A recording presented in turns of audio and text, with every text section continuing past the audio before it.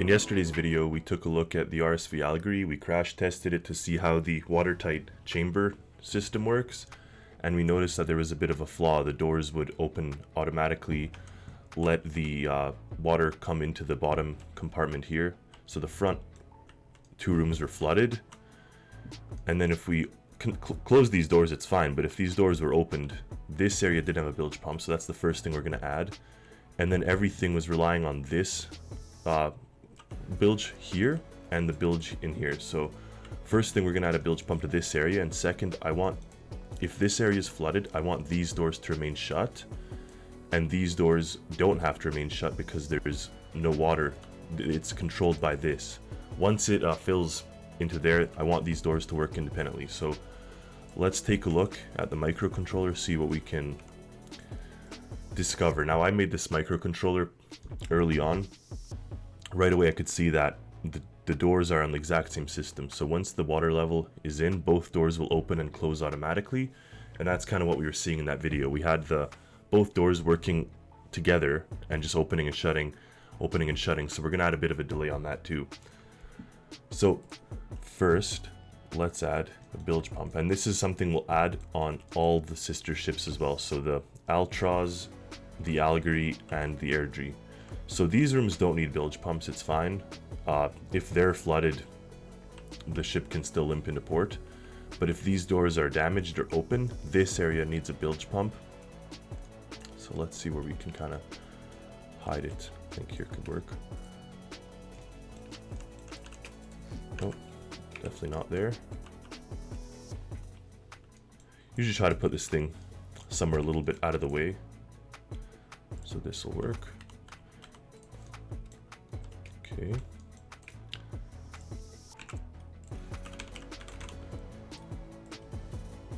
We'll put a filter just so it only takes water and not anything else.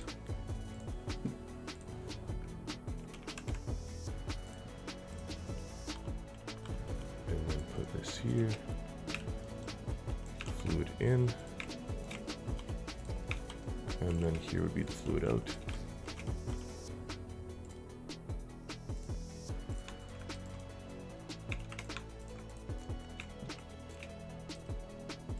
We'll give it electric. I believe the bilge pumps are all on the circuit, the critical system circuit. And then we have our bilge pump controller that I previously made. All it does is it uses a fluid meter to detect if there is fluid in this area. So this is in the same area. We could put this thing somewhere here, kind of out of the way. Fluid level, and there. So now this area, if it's flooded, this bilge pump will remove this water, and that's okay.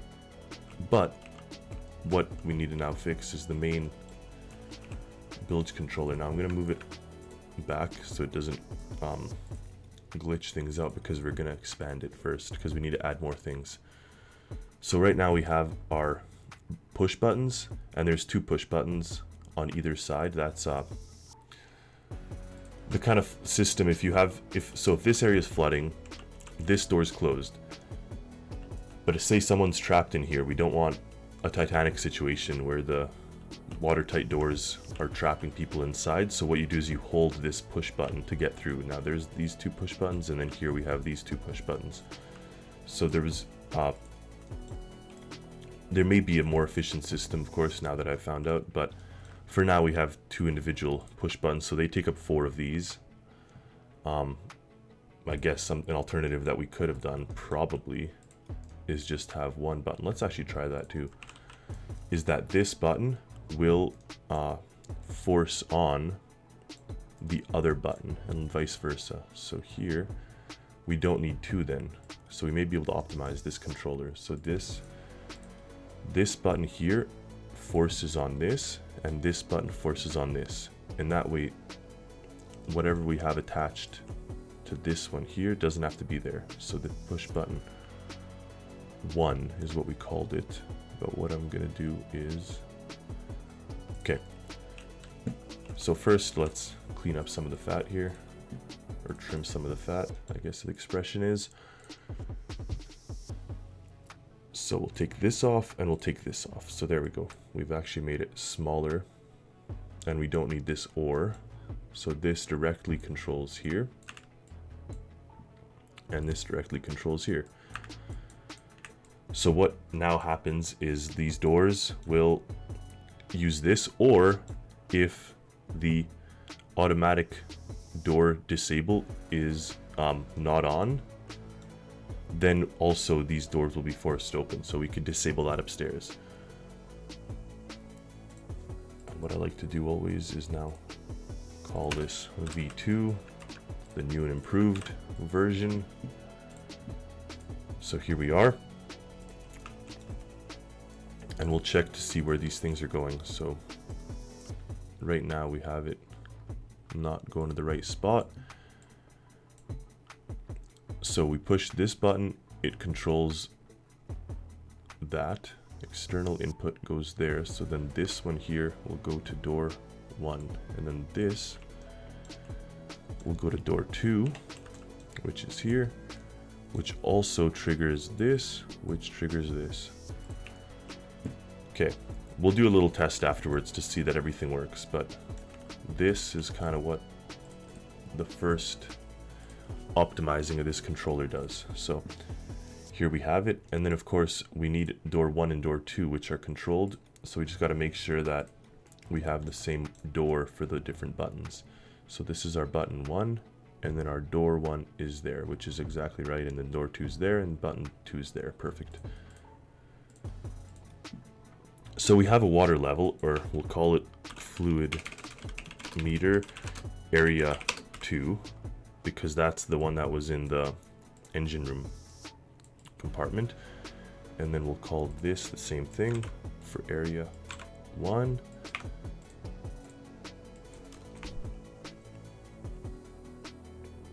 I like to line them the same way. So this is 1, 1, 2, 2, and then we'll put this 1 here and 2 there, so they're all aligned. We'll have to do some moving around actually because of that, but that's okay. And then we have our disable automatic door closing. All right, we'll save this guy and first check that everything's not in, we'll confirm everything's in the wrong area, which is fine. So fluid meter area 1, we called area 1 our kitchen area, so that's the one next to the fridge. That's this fluid level. Area 2 is our engine room hallway area. So down here, fluid level, and bring that here to area 2. Perfect.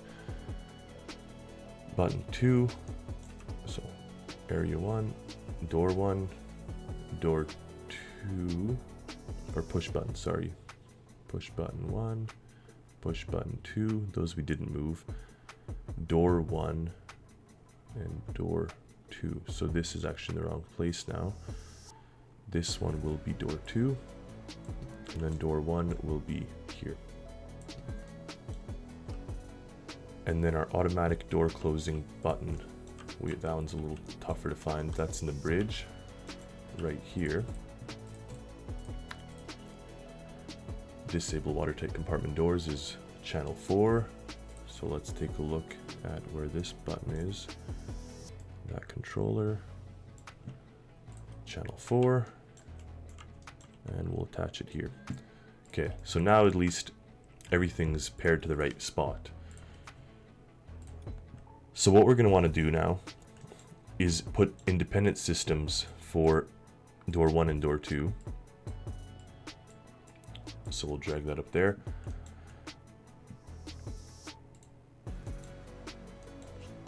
So the top one will be our door, or area 1, and the bottom one is our area 2. And then this button overrides everything. So we're going to replicate this here that we've made. So pretty much it tells us I'll explain in a second here. Just do this for 1 second. Okay. And then push button 2 or here. Okay. So what'll happen is if the disable automatic door system is not on, if it's not on and we have fluid in this upper area, or in area 1, if it's greater than 0, then if this is not happening, if it's not happening, then our door is open, which makes sense. Or if we push the button, then the door is open. Otherwise, it remains shut. So that now works, and both are on the exact same system with the same disabling automatic door, the override. Okay. However, what I didn't like is what I saw. So now the system would work. The door would remain shut until it's 0.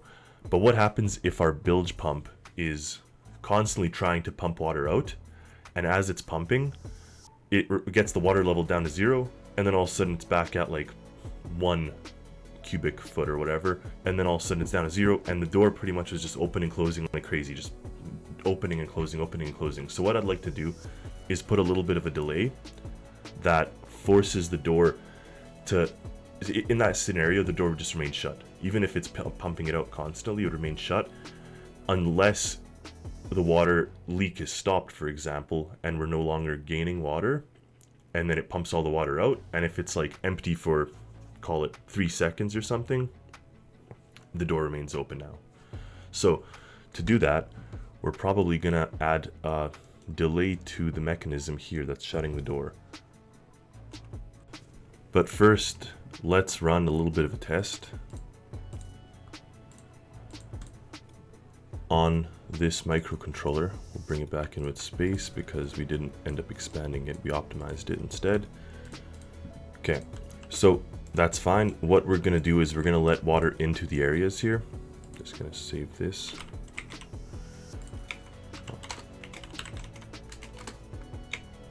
Watertight door test. We'll let water come into this area.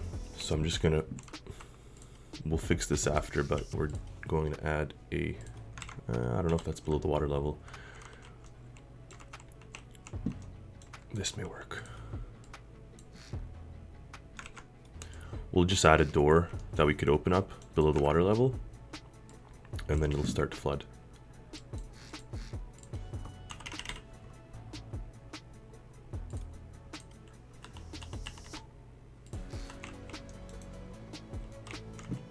Okay. That will be close, but it might just work. So let's give it a shot.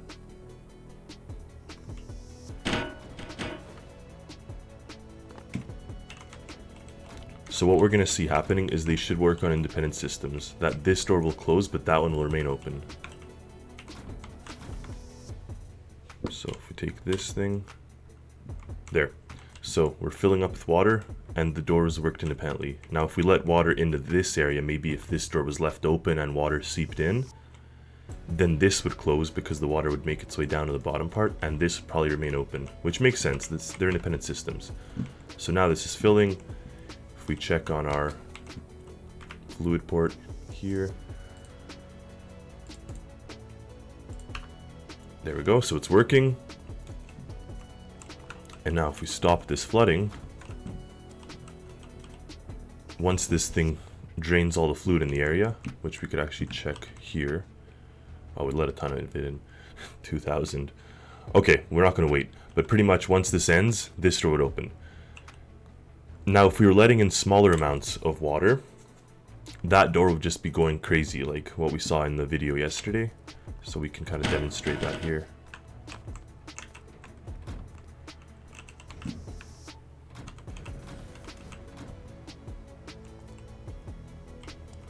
So that's like it drained it, and then that. So now if it's a small leak, if it's not if it's like from the ship being damaged, a small leak, this door would kind of just be flopping open and closed, which makes, I mean, just doesn't look good. It doesn't make any sense. It's constantly opening. So here's, but we're happy. The system works. Actually, one last thing we're going to test here is that our buttons work. So let's flood this area. This shuts. Now say we're trapped in here, we want to get out. We hold this and we come out here and we let go and it shuts.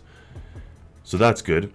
Now there's still zero fluid down there, which we see here. But now if we open this and we hold it open. So this is on a push button, so you have to actually manually hold it open. Eventually the water will come in there. There we go. But see, because it's less water, it'll be like doing that. It'll like drain it and kind of open shut. But we're happy. So we could make our way through the ship. Alright, we'll check the bottom door that it works too. Perfect. So we could still access, and this thing works. It kind of triggers both buttons. Perfect. Okay, we're very happy with that. So we'll save what we have so far, and now it's just a matter of fine-tuning this microcontroller, and then we have ourselves a nice little watertight compartment system. So I think I'm going to use a SR latch for this. So in this case, when the fluid is greater than 0 and this button is not pressed, which means that we have water, so there's fluids greater than 0 and we're not disabling it, then we latch it. And then of course the output would be here. So if that's not latched, then we're opening the door. However, we're going to want to have a reset button here. So how we'll do something like along the lines of, if the fluid is this for an extended period of time, if it's 0 for an extended period of time, then we release the latch, because now it remains indefinite. We've got water and now we've set the latch, so it stays. So it doesn't quite work for us, but it's almost there. So what we'll end up doing is we'll put a threshold. So if the fluid area is 0, only 0, technically, I mean, I don't know if the negative doesn't really matter, but the high is 0, then we enable a timer, which will be our timer to open the door. So this one outputs an on signal when the timer is less than its duration, which we don't want. We want the other one. This one outputs an on signal when the timer reaches its destination or its duration. So this is fine. And we'll also have a reset for that. Outputs an on signal when the timer reaches the duration with a reset, because of course, if all of a sudden water is in there, we need to stop this sequence. So in this case, it's reached 0, the timer starts, we're putting an on or a number here, we'll say give it for 3 seconds. And then in that case, that's the reset. So if it's reached 0, then give us 3 seconds and then open the door. Now, of course, we'll reset this whole sequence if we end up flooding again. So if the fluid is greater than this, we ended up flooding, so we're just going to reset the whole sequence, because obviously now we have to start from the beginning. So now we'll save that and we'll give it a shot, and then if it works, we'll add it to the other area. Actually, let's just go. We'll go ahead and add it. It's not too hard.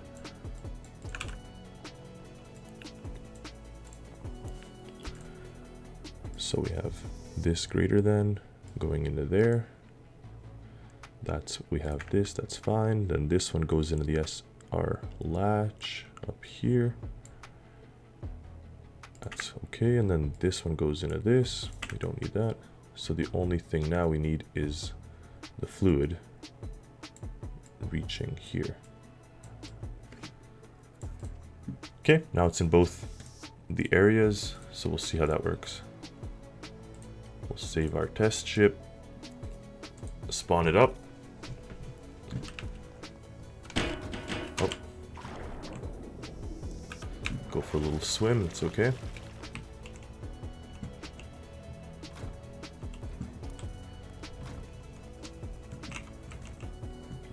Okay, I'm gonna open it only for a brief second, and then we'll watch this. Once this is down to 0, Give the door 3 seconds, and it opens. Fantastic. So now if we have a small leak, even still, okay, there we go. So now it's no longer going nuts on us.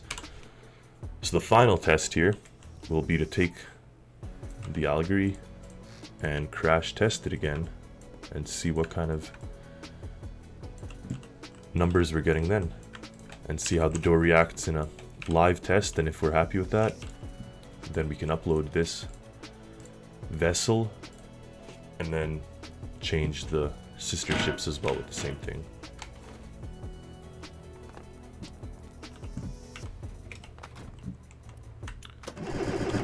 Start the engine and we'll find a nice piece of rock to ram at full speed, and then we'll see what kind of thing happens.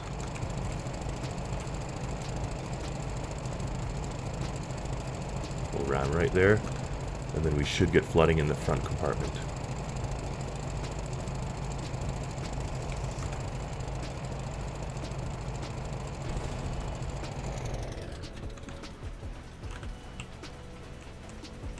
Okay, perfect. So first things first, we'll see what kind of damage we got here. So the whole front end, which is okay.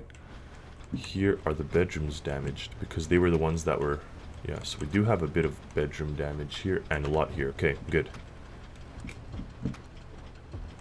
Now still the watertight doors are working, which is okay. But we'll see if there's water leaking in through here. Yeah, there we go. So there was some water. How much water exactly? Wow, it's coming in pretty fast. We'll close that one, see if we've slowed it down a little.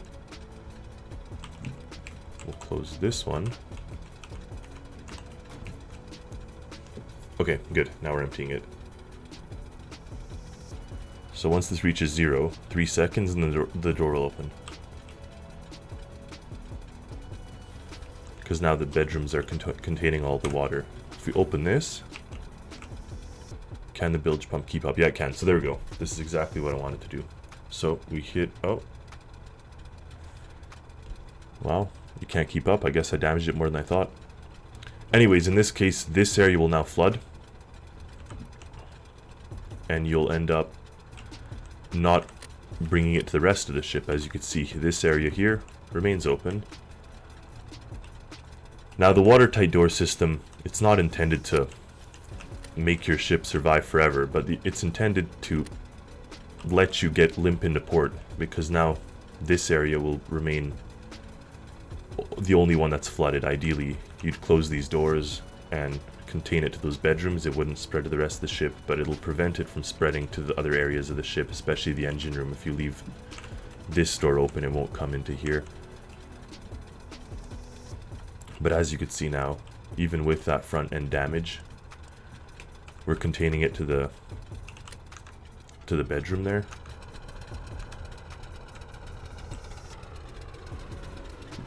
So we'd still be able to limp into port.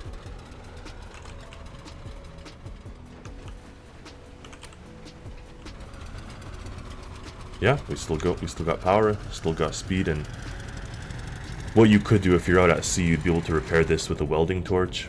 For the most part, maybe slow some of the damage, slow some of the leak, and then limp your way back in a port and get a new vessel. But overall, I'm very happy with this revised system. It's much better performing than the old one.